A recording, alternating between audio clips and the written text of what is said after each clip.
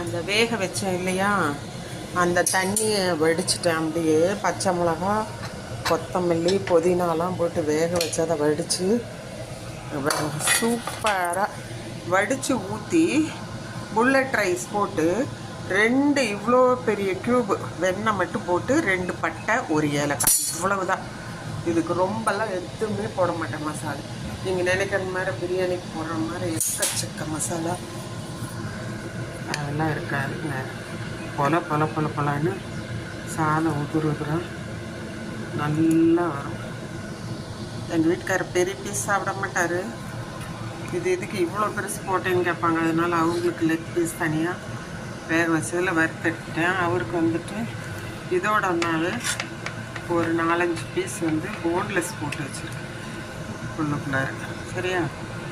புதினா இது எல்லாமே வேக வச்சு வடிச்சிட்டு லேஸ் 2 பெரிய க்யூப் இது மட்டும்தான் ஆட் பண்ணிடுவேன்.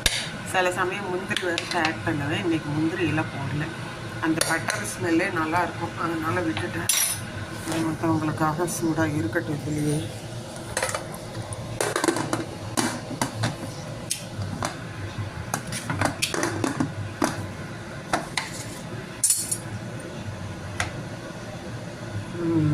பார்த்தீங்களா, இப்படி தான் வறுத்துக்கிறது தனியாக. இந்த மாதிரி வறுத்துட்டா இது வேஸ்ட் சாப்பிட்ருவாங்க.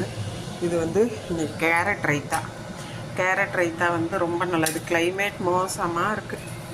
அதாவது மழை ஊற்றுது, இடிச்சு மின்னல் மழை எங்களுக்கு ரொம்ப தேவை நினச்சிக்கிறீங்க. கர்நாடகாவில் காவிரி ஆறு இருக்குங்க, தண்ணியே ரொம்ப சிரமம் உள்ளே இருக்கவங்களுக்கெல்லாம். இந்த வருஷம் நல்ல மழை. சரி, ஓகே, தேங்க்யூ ஃபார் வாட்சிங்.